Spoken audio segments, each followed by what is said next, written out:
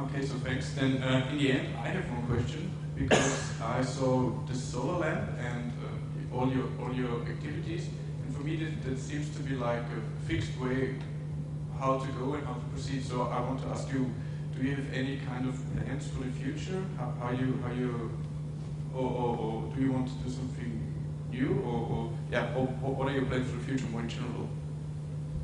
The first plan is, I think I already talked about it, is a solarizing of schools. We would like to go to a larger scale, because this is just for individuals, but actually the whole school class deserves to have light, not just one child of the class. So what we would like to do is go into schools, and again there the schools, they might be able to find the funds for the installations, they might. And if they do, the other thing is there's still for the moment some need of a technician, for example me, to go there for the first 3-4 projects which we want to do now. And after that, these local people, they will do it alone. And of course, our project is not Seoul Kenya, it is Seoul Africa, so you can imagine we would like to spread it to other countries.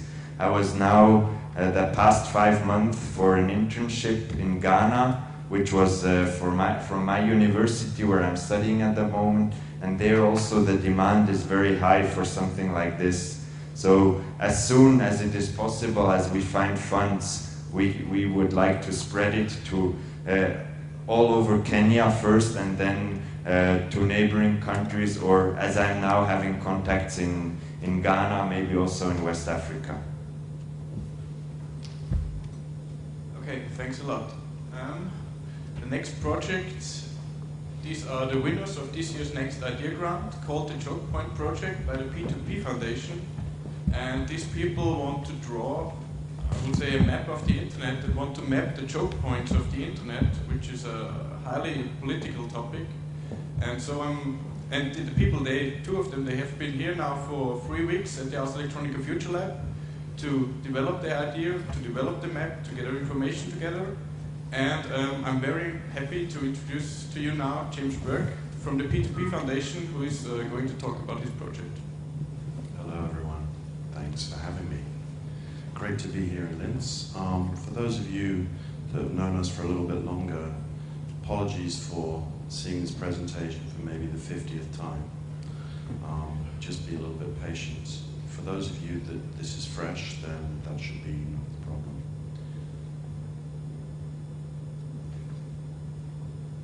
PowerPoint styling. Let's see if I can make this. Windows.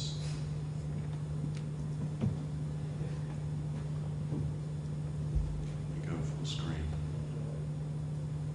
Good job. So, yeah.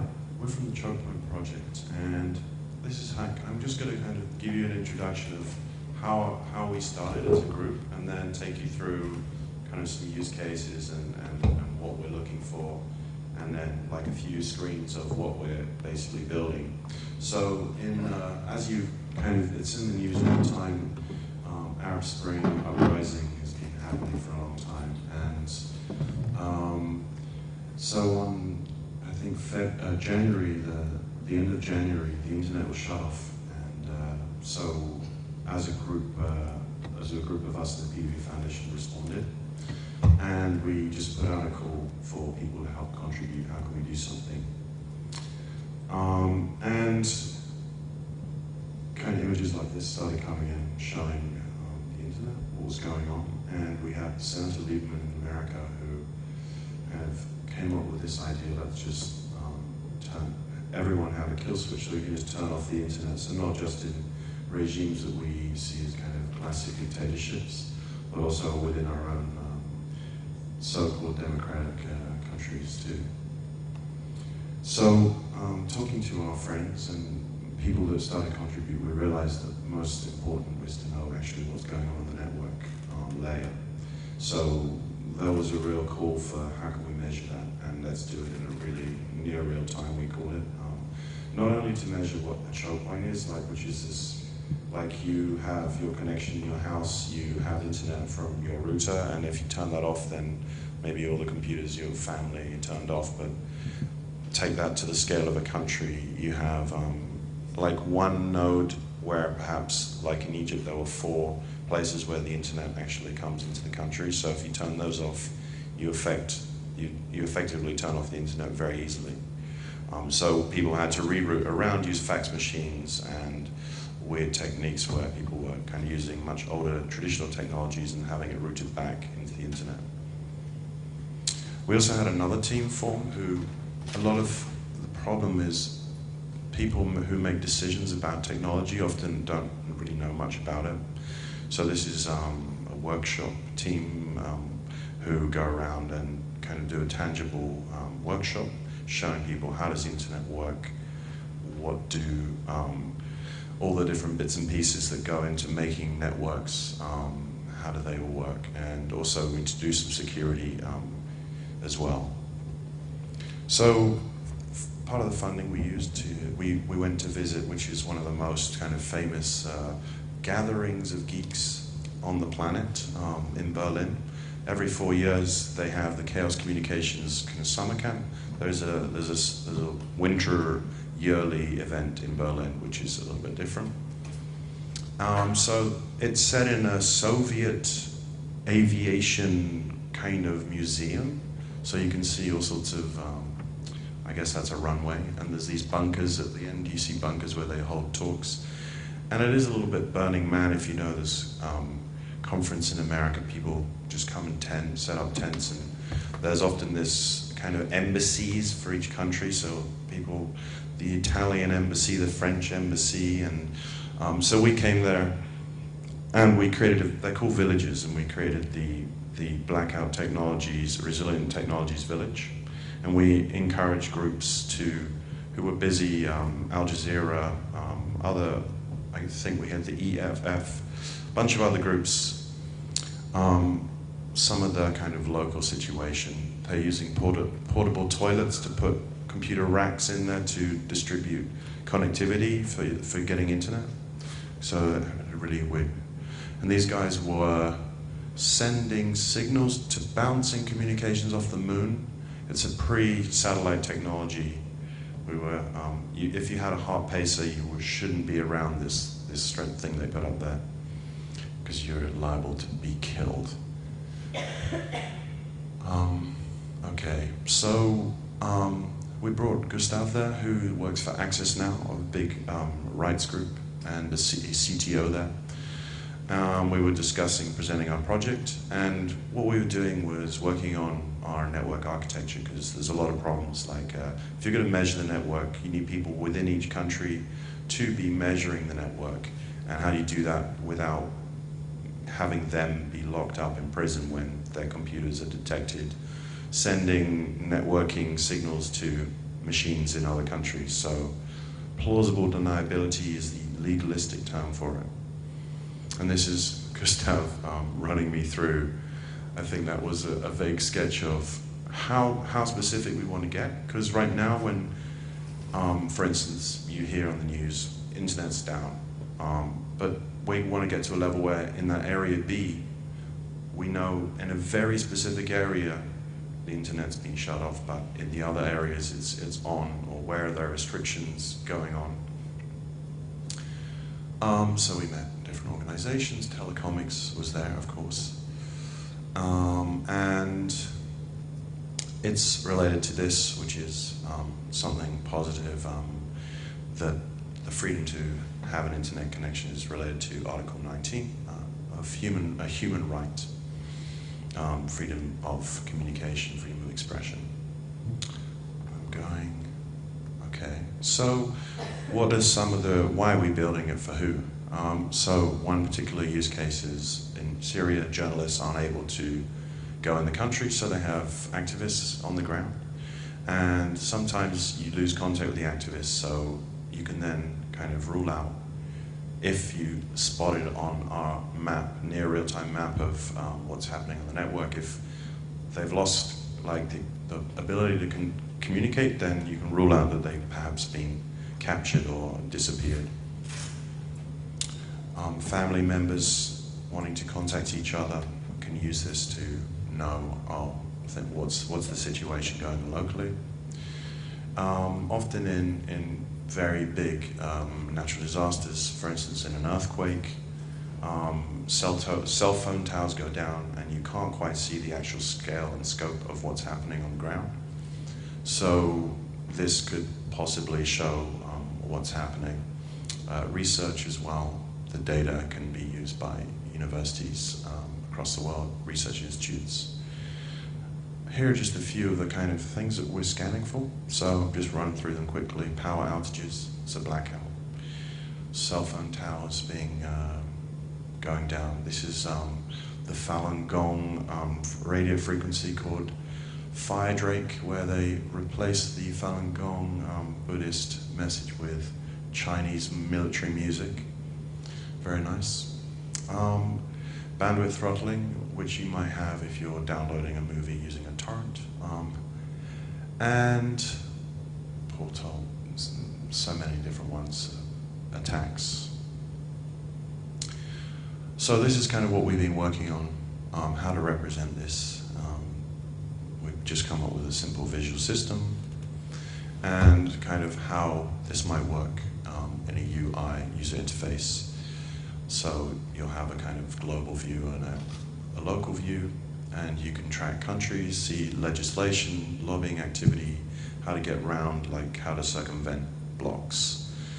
It's really, it needs to go a long way, but the data's now, I forgot to mention Chaos Communication Camp. We met another group working on a similar project. So they're focusing on the data, we're focusing more on contextualization of the model. So that's it, and thank you for listening. Hope I didn't put you to sleep. Any questions?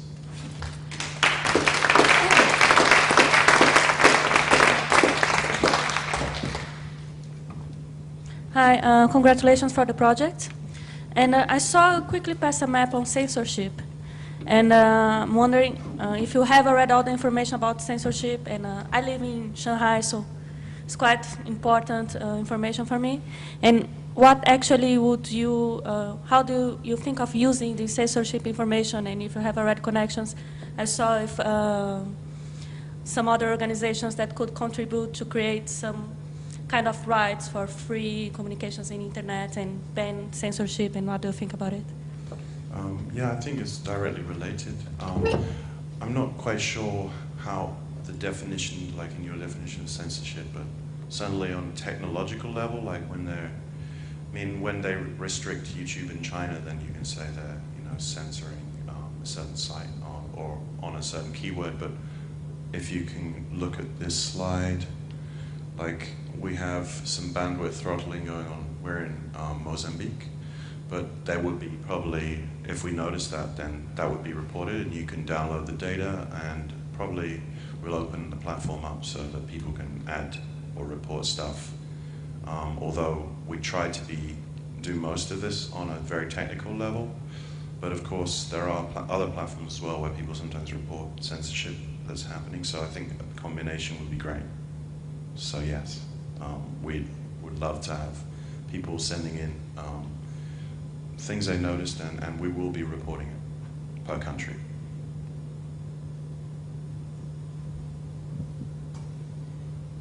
Are you in the process of compiling information sheets for people to get around censorship blocks? So for instance, there's experiments done on high power Bluetooth, so people create mesh networks, like an alternative network that is an alternative to the local internet thing, or using satellite phones that connect to landline modems and all those kinds of workarounds when the things are blocked. Are you creating a fact sheet for that for people? I think that depending on the incident, we will try to point people in the right direction. And I mean, I think that's something really exciting. We kind of, on our site, says towards a more distributed, it says towards a distributed internet. The internet is a network, is distributed, but towards new ways like mesh. I think that could be really interesting. And but I think that often it's just a website restriction, so that like use Tor, use something to go around it. But yes.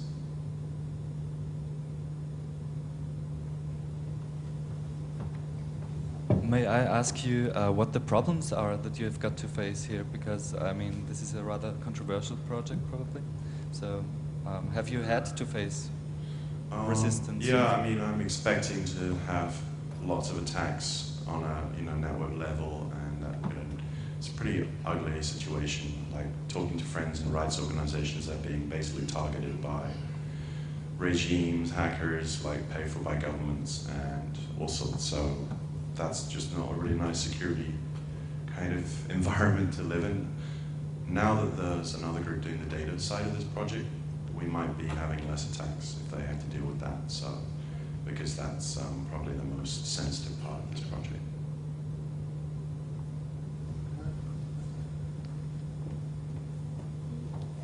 Did you already refuse to work on a project because of the security issue? I don't know. I think we went in naively and then realized, oh my God, what are we trying to do here?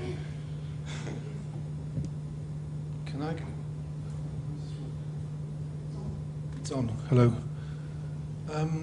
Congratulations on the project, and it's interesting because I've known about the project for a while, and it's kind of changed in my head. So I'm going to do the classic thing of not really ask a question, but maybe make a statement that, because it seems the more I've thought about the project, the bigger it's got, and I kind of slightly disagree with the direction of some of the other comments in terms of providing information about ways to get around choke points or any kinds of governmental or any other kinds of organizational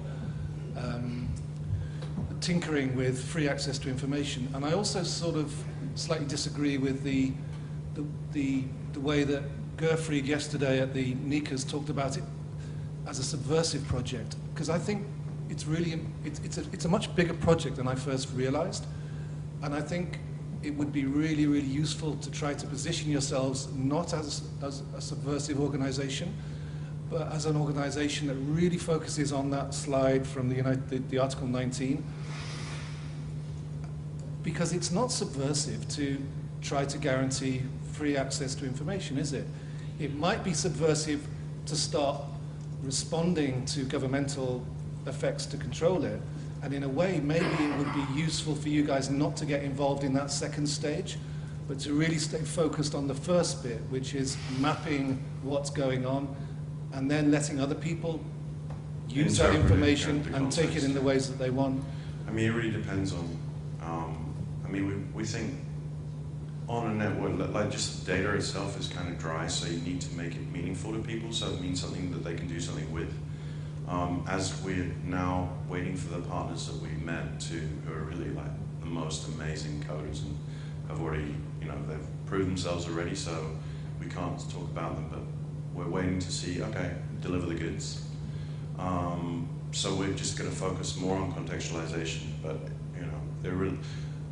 I think that the data is the gold here. And yeah. I think that the other stuff is also important, but that's definitely like, we just want to see what's going on, number one. Yeah, because in a sense, the less that you're associated with the kind of underground hacking, whatever, it might be actually quite useful for the success of the project, which is, the more I think about it, the more I realize just how important it is to have this information.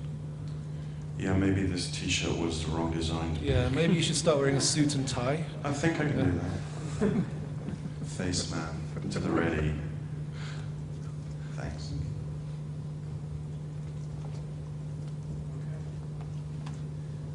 So, thanks, James. And I know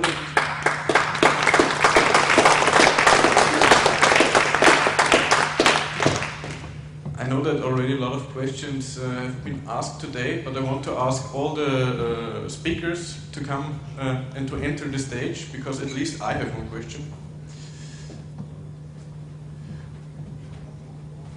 And it's now like this, yeah. It's now the time to ask maybe more general questions to all the participants here.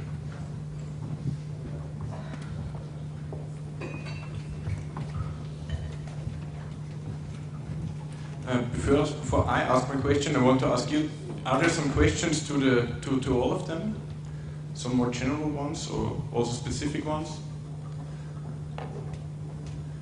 No. Then if not, Today in the morning we heard, I think in the first talk, that the technology is stupid. And in the context of the next idea, I really like this, because when we're thinking about things like a solar lamp, or things like your Haverland machine, or also programmed information, then the question is what makes the things intelligent when technology is stupid? Or the question the other way around, is technology stupid for all the other participants?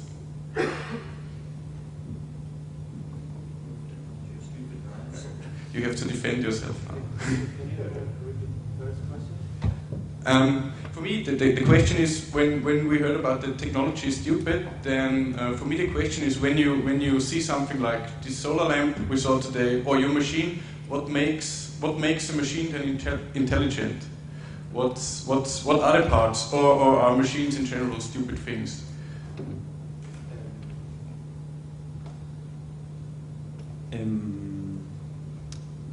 I think we mean like stupid as in useless, right? Yeah.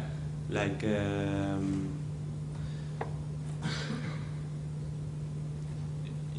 mean, I think it's pretty obvious how this little lamp can be triggering like a big change in the context he was explaining.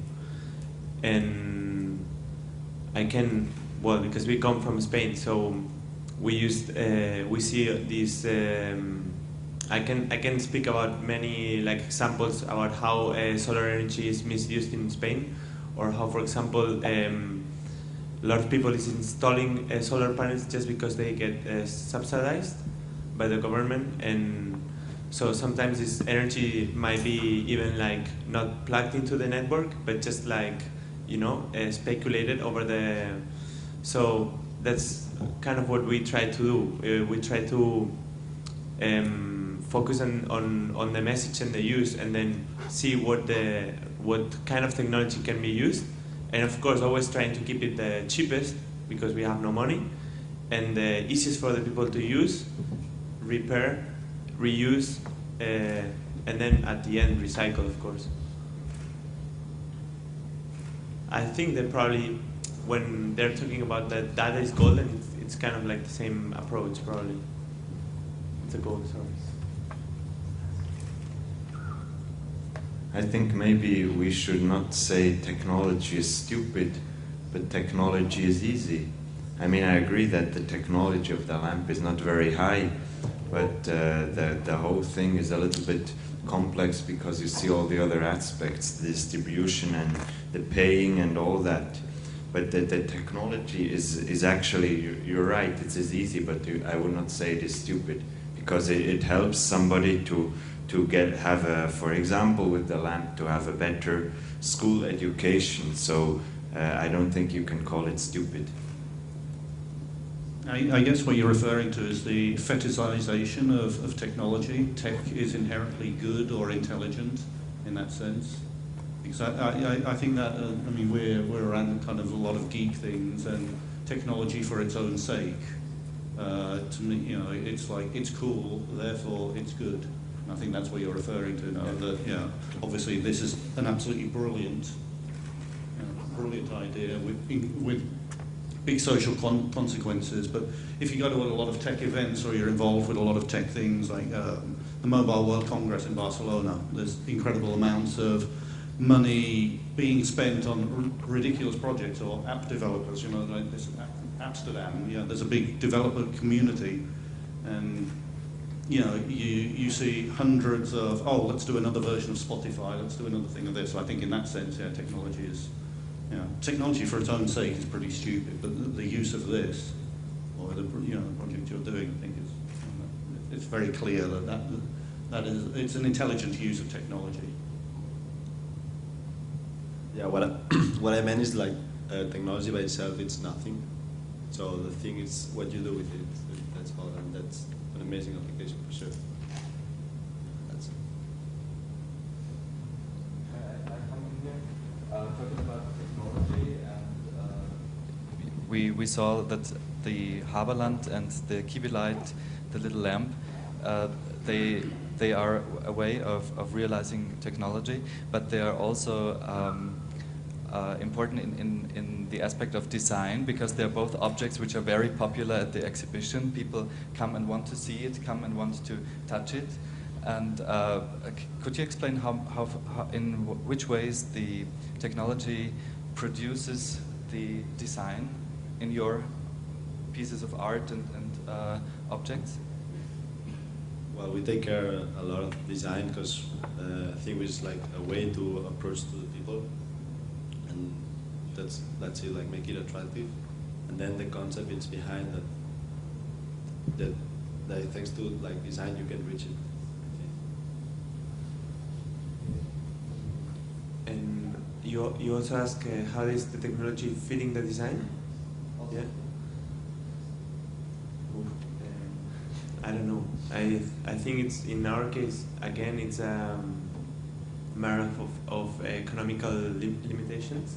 So most of the time it's like embodying the concept with the cheapest technology. So it might be actually just one pen, and then the design is just like making that possible somehow. And of course we have like an aesthetic sense as well, but that's we kind of like use these tools that are surrounding us like everywhere, like with example with the stickers, or so it's a design is a way also to approach people and get close to them. Maybe for me, something very easy to explain. I saw the need or the demand of the people, and then I saw how to produce it, as I'm a carpenter, and then a mix out of that, so it has to be very easy to carry. This handle can be used to put it like this to the sun, to charge it like this, to use it as a light, and then also you can hang it up to the ceiling like this. So the design was actually not really, I did not need to be a designer for that. I took it from the technician and the user, to make it easy to produce inside. I mean, not to use too much machine steps and different machines, because every machine can break. With every step you can make a mistake, so it has to be easy to produce and easy to carry around. So also first we had switches which always when you had them in the pocket they switched on. That's not very convenient. So for me, design has to be useful, and according to me it doesn't look very ugly, but I'm sure a designer would find a way to make a nicer design, but then I'm also sure it would take me, it would be more difficult to produce it after that.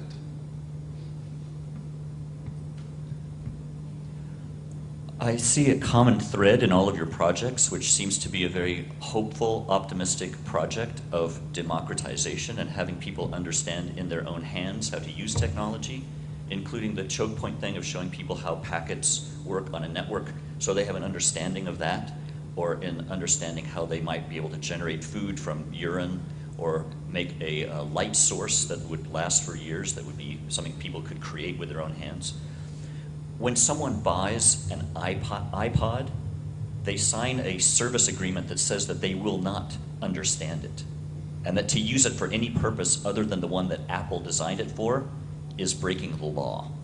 So against your project, it seems, is a giant force of corporate interests that want people to be merely consumers and not want to have in their own hands the ability to create their own projects using technology.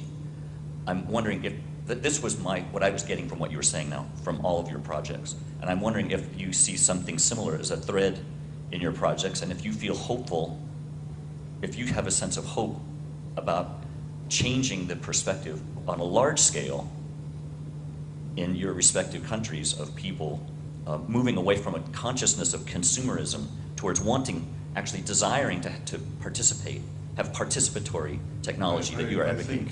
I completely agree.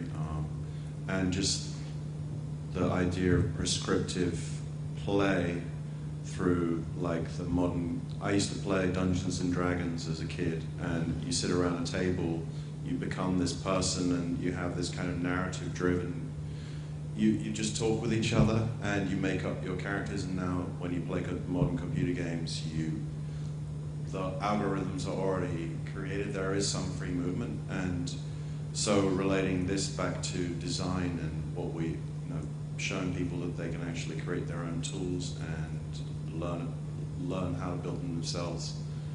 I think that is something very positive. I hope that the education system will change.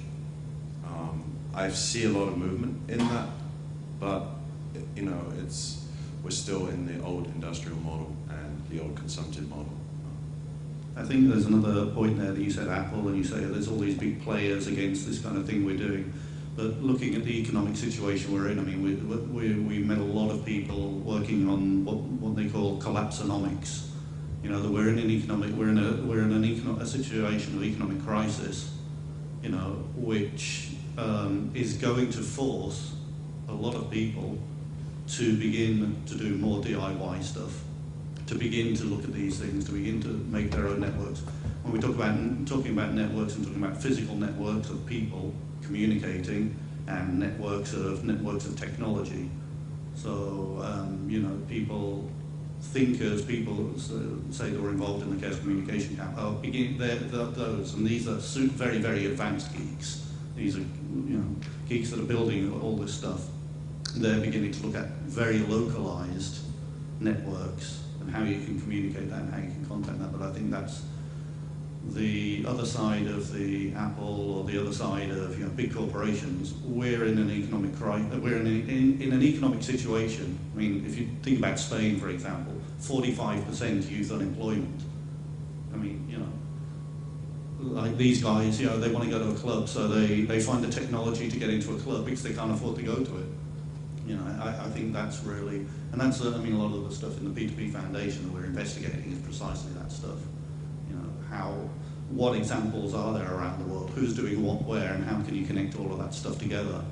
Because you need to do it. I mean, it's not necessarily optimistic or pessimistic. It's just I think it's a reality. Okay, thank you. If there are no more questions, I want to thank all of the speakers very much. Thanks for coming. Thanks for talking. Thanks for having us.